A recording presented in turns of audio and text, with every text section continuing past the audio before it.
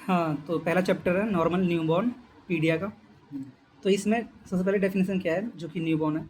तो newborn periods किसे कहते हैं, जो शुरुआत के 4 वीक होते हैं ना आफ्टर डिलीवरी, वो। तो फर्स्ट वीक को हम लोग अर्ली कहते हैं, और इसी को अर्ली न्यूनेटल पीरियड भी कहते हैं। और जो उसके अगले 3 वीक होते हैं उसको लेट न्यूनेटल पीरियड भी कहते हैं, ठीक है।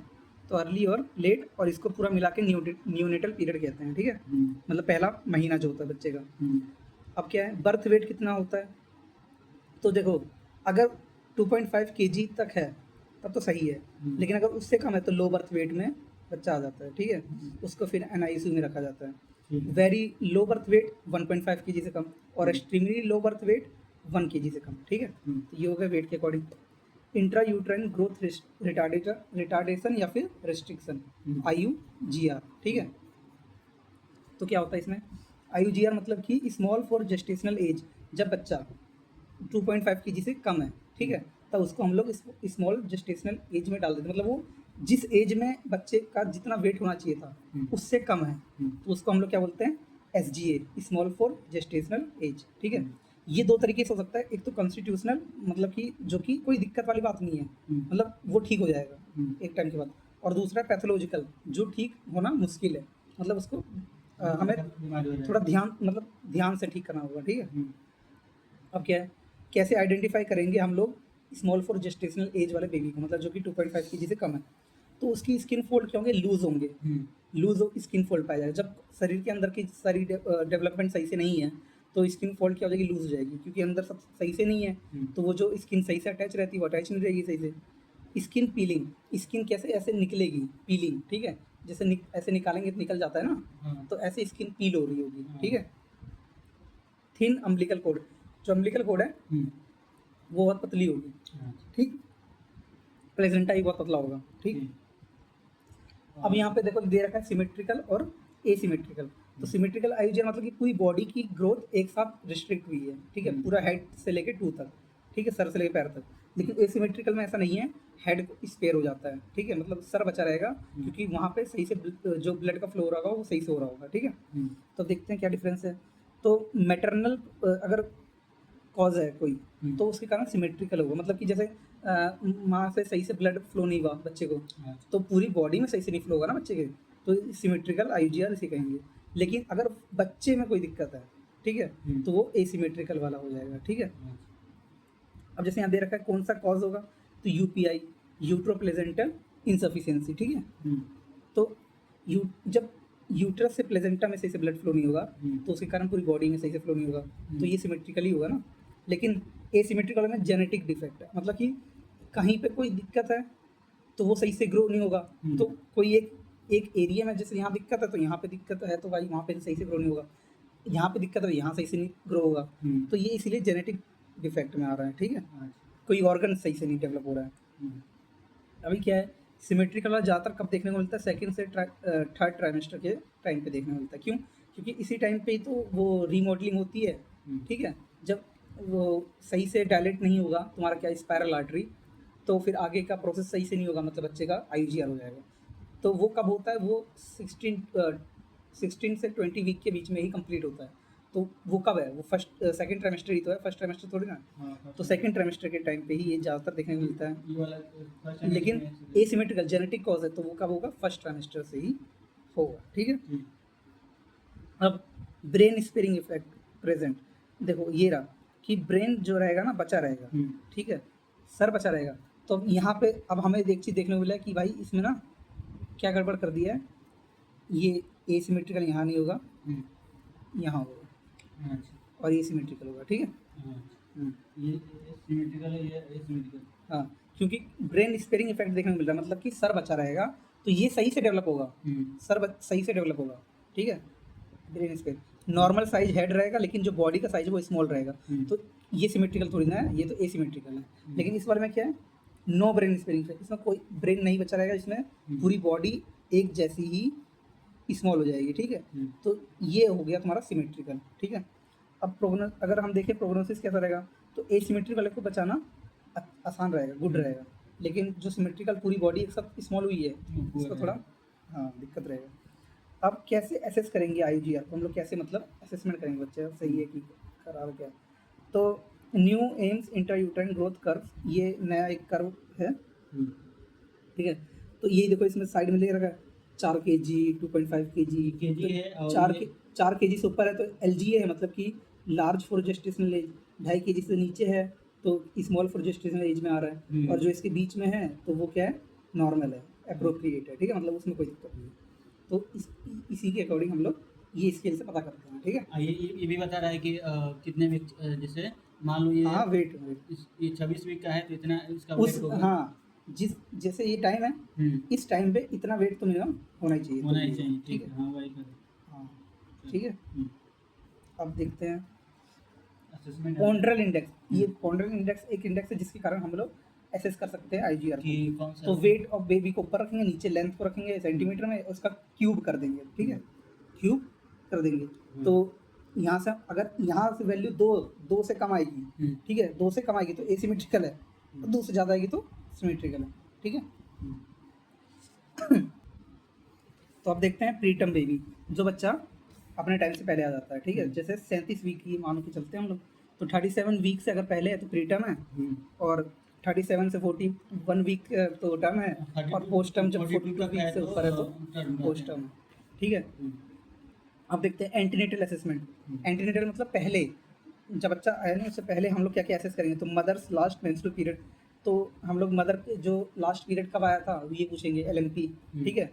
और क्या पूछेंगे, फर्स्ट ट्राइमेस्टर में अल्ट्रासाउंड स्कैन जो किया है कि नहीं किया है, ये सब चीज़ें चेक करेंगे, उसके अकॉर्डिंग हमें पता चलता है ना बच्चा सही से ग्रोथ कर रहा है कि नहीं कर रहा है। उसके लास्ट में MP पूछेंगे, और ये फर्स्ट टाइमेस्टर अल्ट्रासाउंड स्कैन करवाया कि कर, नहीं, हाँ करा होना चाहिए, उसके अकॉर्डिंग ही बच्चे की मतलब डेवलपमेंट सही से हो रही है कि नहीं हो रही है पता चलता है। इससे ग्रोथ पता चलता है उसका। अब पोस्ट नेटल असेसमेंट कैसे करेंगे, एक्सपांडेड न्यू ब्लड स्कोर, एक एक्सपांडेड न्यू ब्लड स्कोर है, इससे पता चलेंगे, जिसके अंदर बहुत सारी चीज़ें होती हैं, ठीक है, ये इतना इंपॉर्टेंट नहीं है, तो इसको नहीं देखेंगे।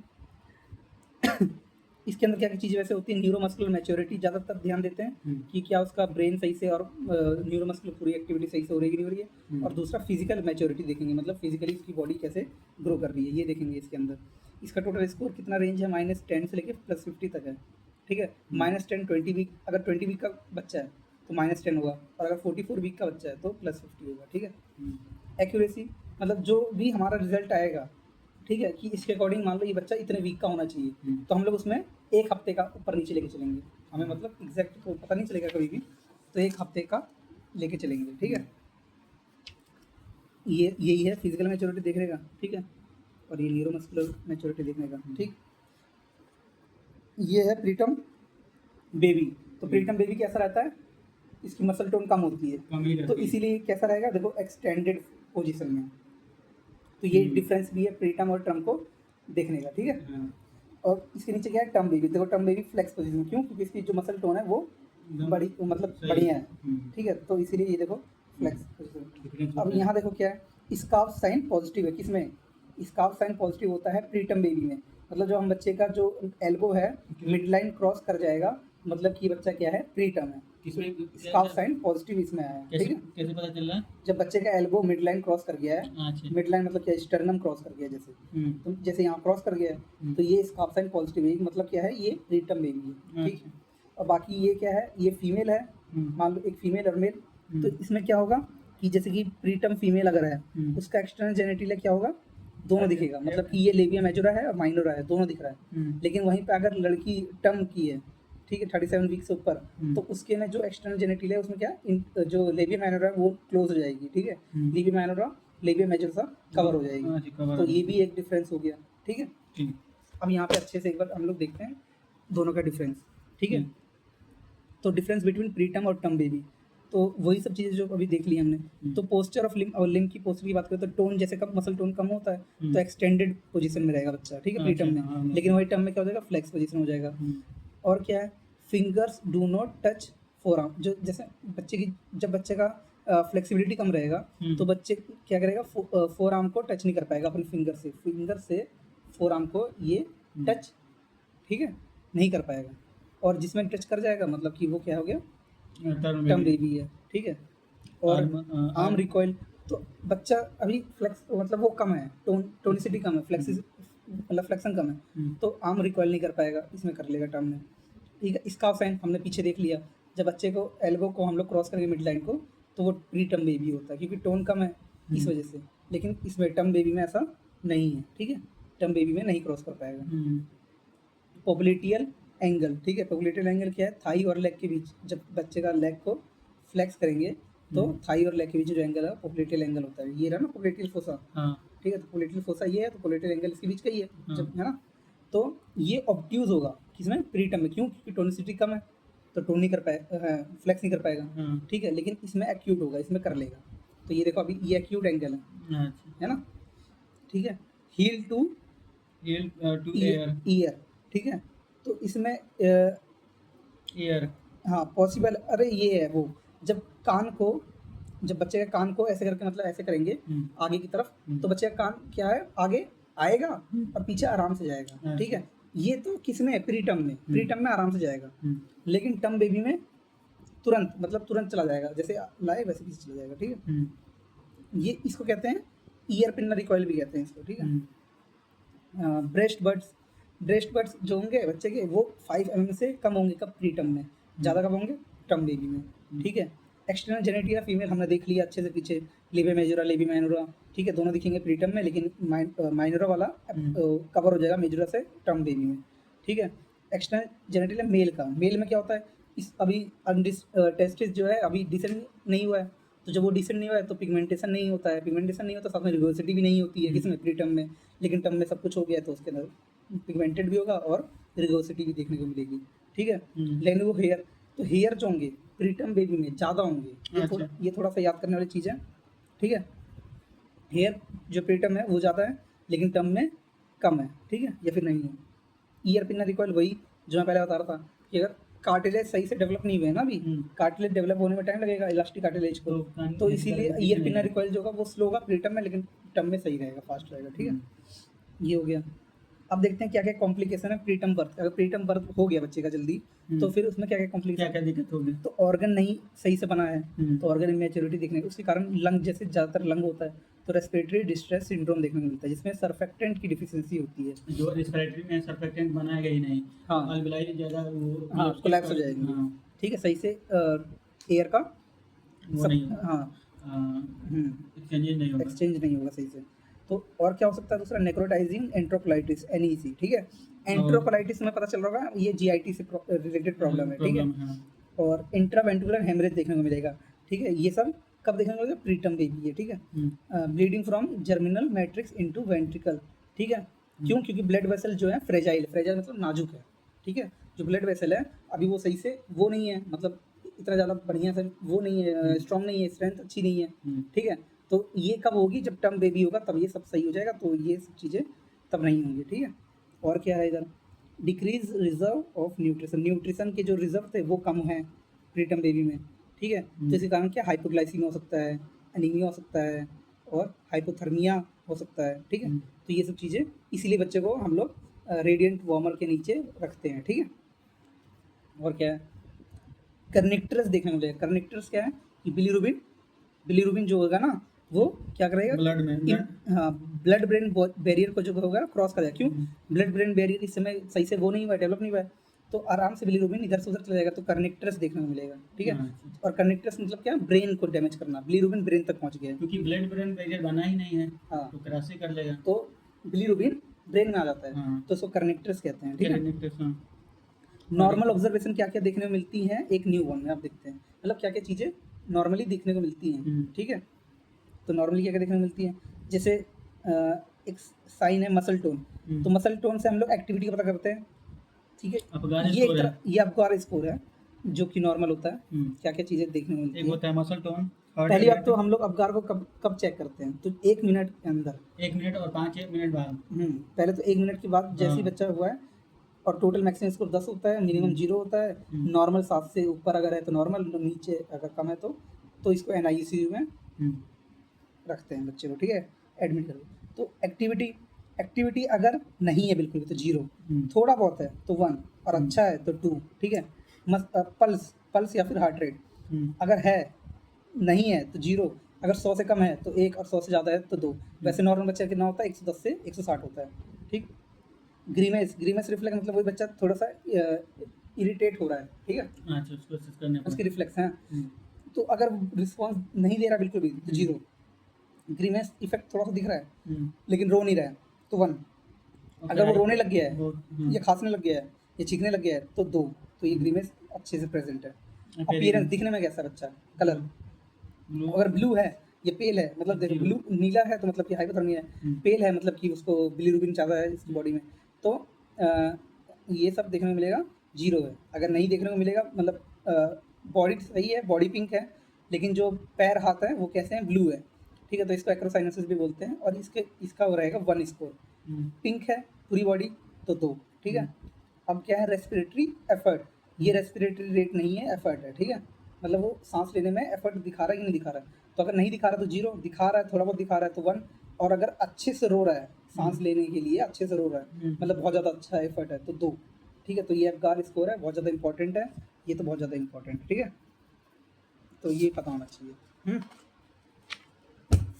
अब देखते हैं नोट। हाँ, तो नेज़ोगैस्ट्रिक ट्यूब, ठीक है, nasogastric tube is use to irritate nasal mucosa to elicit grimace. Grimace effect देखने के लिए हम लोग क्या करते हैं, नेज़ोगैस्ट्रिक ट्यूब को यूज़ करते हैं नेजल म्यूकोसा में, ठीक है, जिससे बच्चा रोएगा, ठीक है। और क्या है, नॉर्मल न्यूबॉर्न हार्ट रेट देखो ये रहा 120 से 160 होता है। हम लोग कितना होता है? हम लोग का कितना होता है, हम लोग का 90 से कम होना चाहिए, ठीक है, अगर 90 से ऊपर जा रहा है तो ज़्यादा है, ठीक है, टैकीकार्डिया कह सकते हैं इसे, ठीक है।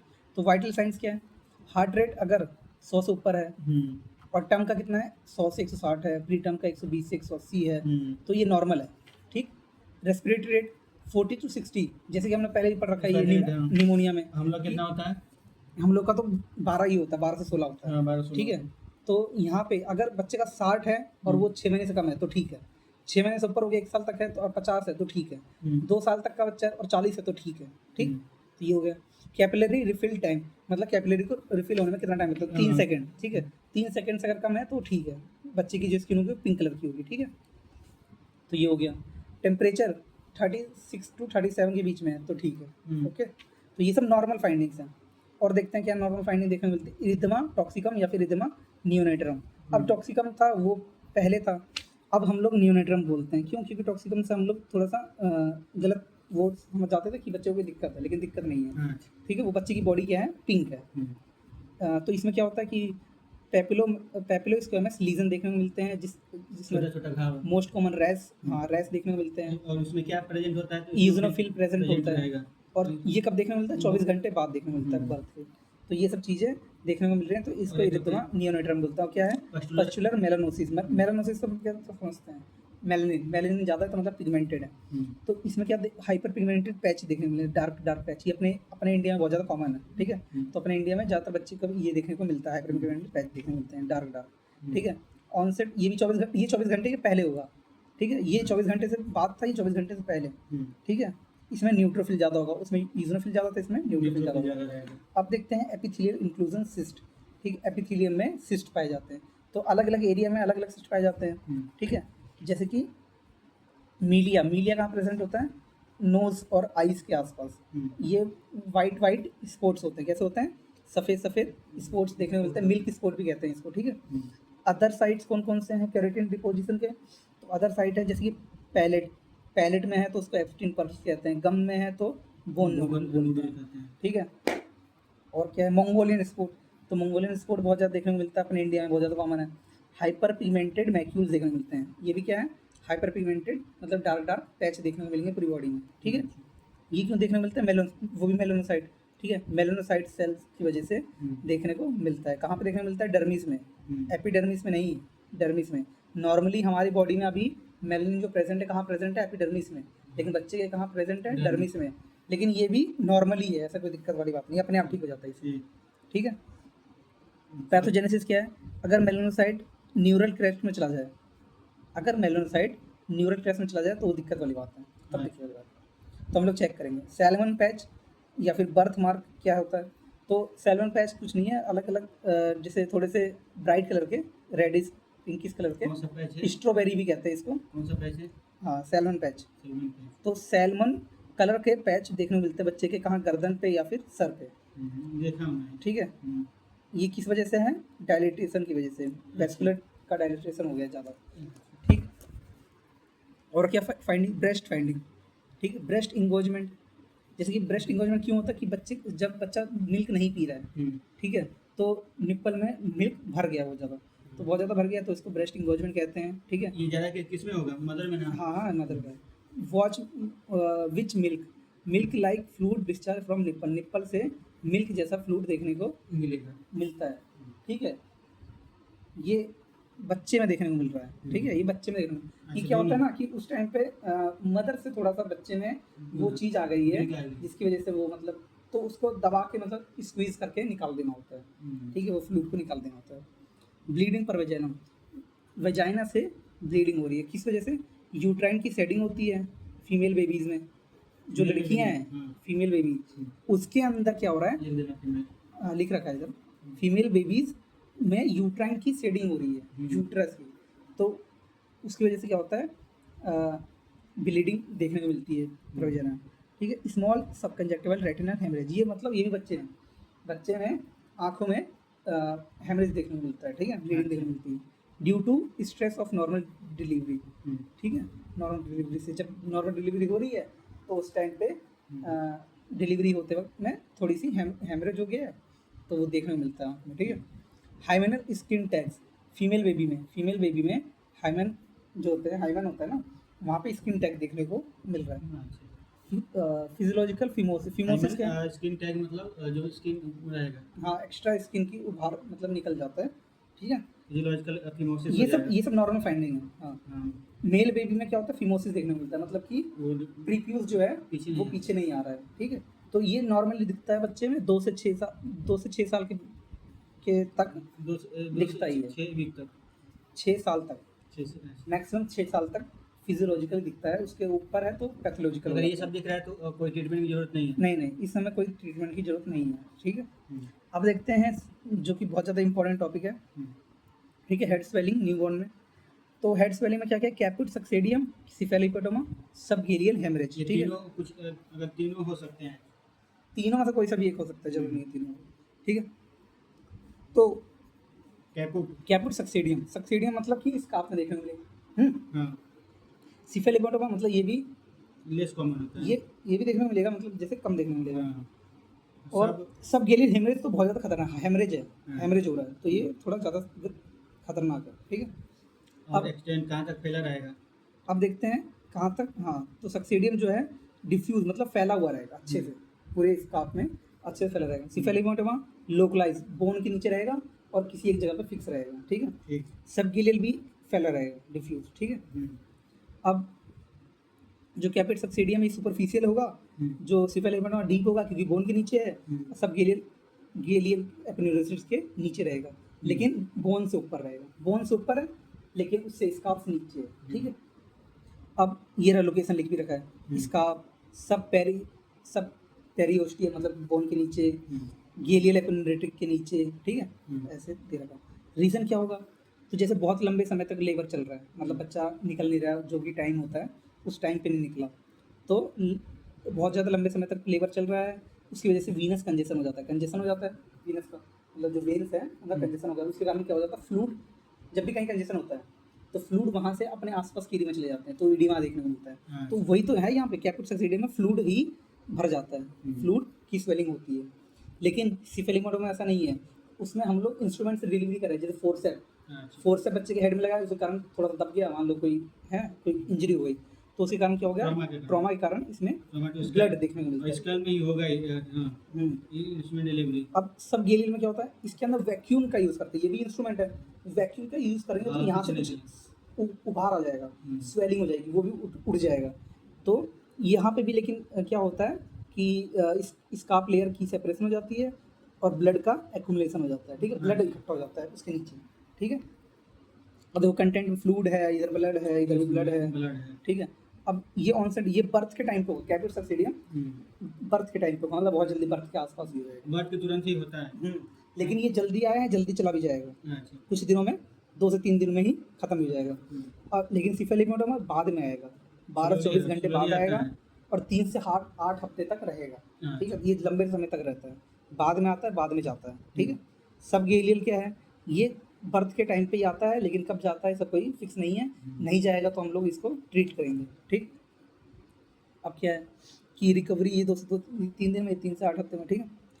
अब ये दिखने में ऐसा है, ये देखो, ठीक है, कैपुट सक्सीडियम इस काप के नीचे है, ये पेरियोस्टियम के नीचे है सिफेलिमेटोमा, और ये सब गैलियो लेपिडोनेक्रेटिक के नीचे है,